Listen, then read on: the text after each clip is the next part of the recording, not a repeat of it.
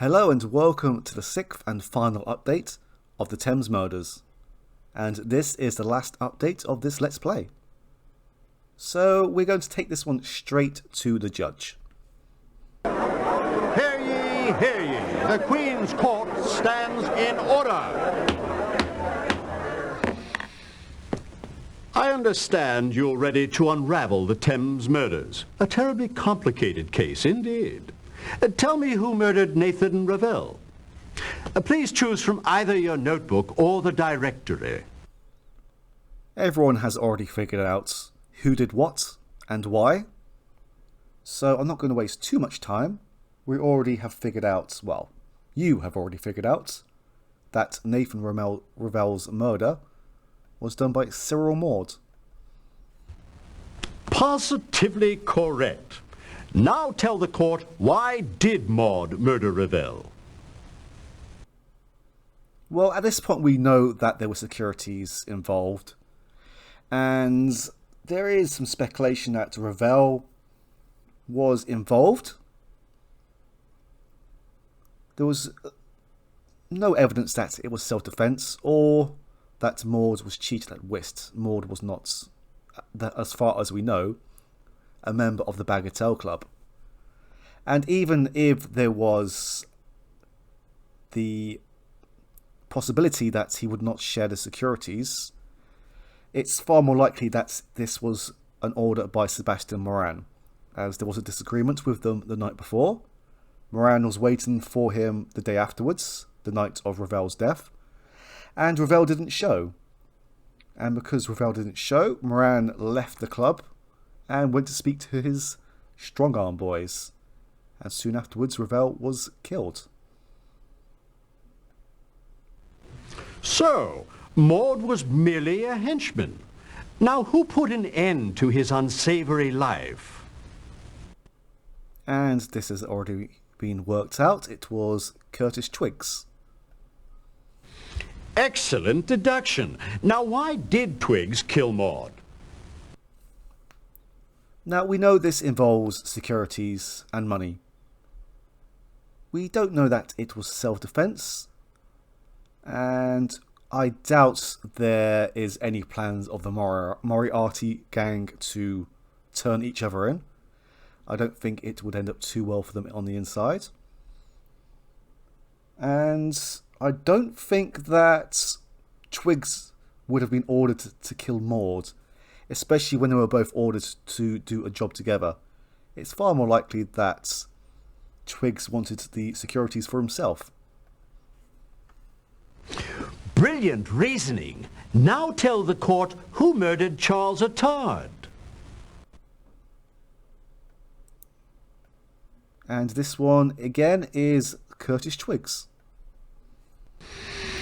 Twiggs was a busy and brutal man, wasn't he? Tell me, why did he do it?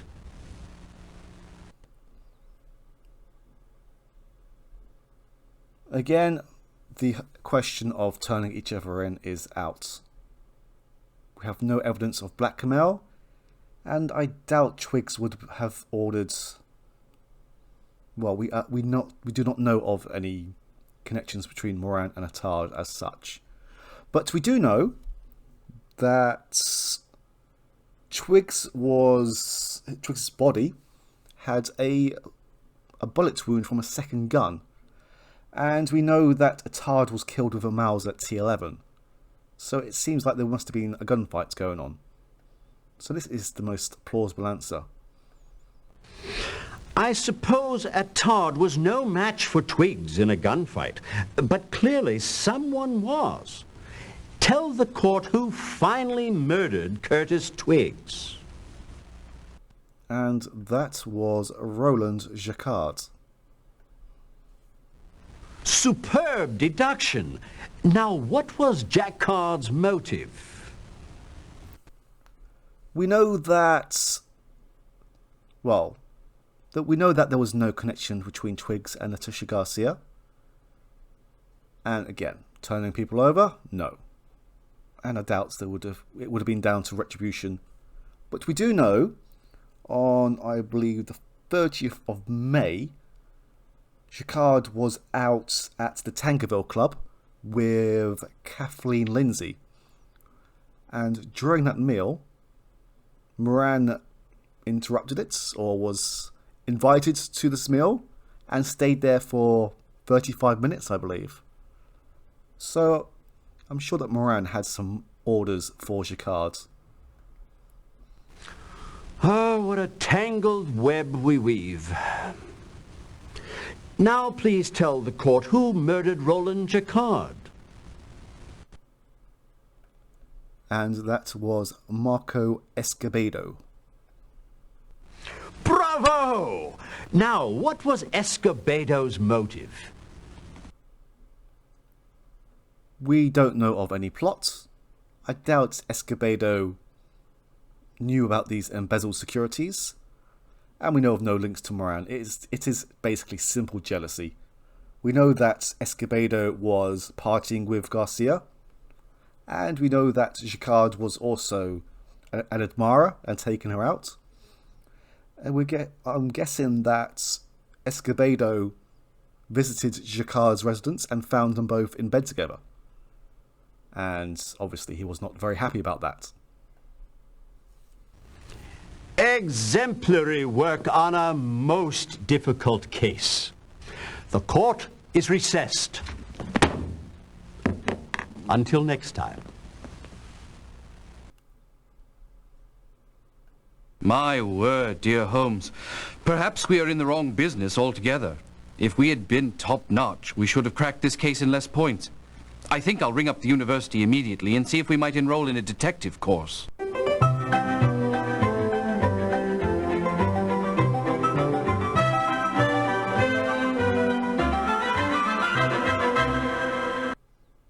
Yeah, despite having 5 murder victims, thankfully the information given to us by quite a lot of these visitations were fairly detailed, actually, compared to some of them which were in previous cases, which were pretty vague. But we got a lot of information from a lot of sources, and this case was a lot more simpler than I was actually expecting. Anyway, let's go straight to Holmes's case solution. Well, Holmes, you've done it again. I believe we've done it, Watson. Oh, yes. But the twists and turns of this one still puzzle me. Would you mind... Elaborating? Not at all. Nathan Revell was a simple, hard-working fellow whose one passion became his undoing. Twist? Indeed. Once he began to play with the likes of Moran and Jacquard, his fate, I'm afraid, was sealed. Do you suppose he was cheated? Out of his money and his life. You see, by cheating Revell at the card table, Moran was able to force him to participate in his scheme to embezzle from Lindsay and Company. And once he had Revell under his thumb, he enlisted Charles Attard, who was Mrs. Lindsay's lawyer. Through him, he was able to gain access to the firm's confidential records, and thus he had all he needed to execute his embezzlement scheme. I suppose Mr. Revell's suicide note would suggest he had a change of heart. Precisely, Watson. And on the evening he was to take the embezzled securities to Moran, Revell wrote that suicide note and left the documents in his room for Patterson to find. So that's how Maud and Twiggs fit in. Yes. Moran sent them to kill Revell and retrieve the stolen securities. Maud, the gunman, shot Revell, and he and Twiggs dropped the body into the Thames. But holding £6,000 was too much temptation for Twiggs. He killed Maud, took the securities and the Mauser T11 and went into hiding. So then Attard went looking for Twiggs. And unfortunately for him, he found him. Twiggs killed him with the gun he'd taken from Maud. What made you first suspect that it was Jacquard that finally put an end to Curtis Twiggs? I knew from the moment we discovered the securities, the Mauser and the La Faucheux at Jacquard's home. It all fit together, an all too common tale of dishonesty and betrayal. The only thing that didn't fit was the death of Roland Jacquard. I suppose if he'd been killed for the securities, we wouldn't have found them on his desk, would we? Very observant, Watson. You see, this was a death due not to his criminal intrigues, but to his romantic intrigue with one Letitia Garcia. There was another man who believed she belonged to him. Marco Escobedo? Yes. I've always thought it would be rather risky to become romantically involved with the lady friend of a pugilist. Words to live by, Watson. I shudder to think what happened that night. It is a grisly thought. Because after Jacquard murdered Twiggs and brought Miss Garcia back to his home, and into his bedroom, I might add, they were interrupted by Escobedo. Judging by the clothing strewn about the room, Poor Mr. Jacquard must have been in the nude when Escobedo attacked and murdered him. That would explain the skivvies. Or lack thereof. Escobedo must have quickly dressed the body, not showing the same care as the fastidious Jacquard. He then rolled the body up in the bedroom rug and dumped it into the Thames. An ironic resting place, to be sure, since he knew nothing of Jacquard's involvement with the other murders. Positively brilliant, Holmes. Elementary, my dear Watson.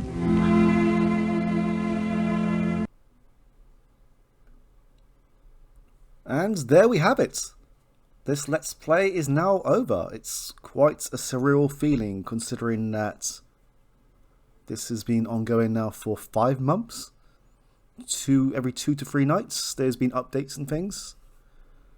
But I will be continuing on with the Sherlock Holmes range of games. Anyway, that's for another time. Thank you for everyone for being involved, for participating, for watching. Just thank you in general. I mean, it's just been an amazing experience, and I did not expect the response that I got with this. It's been a very unique experience and very, very enjoyable. I cannot express my gratitude for making this possible. Well, I can. I don't know how I can, but again, thank you. So I'm going to end this now and shut up and let you get on with your lives. Well, until the next Let's Play. Thank you everyone again for watching. This has been amazing. Take care. Bye-bye.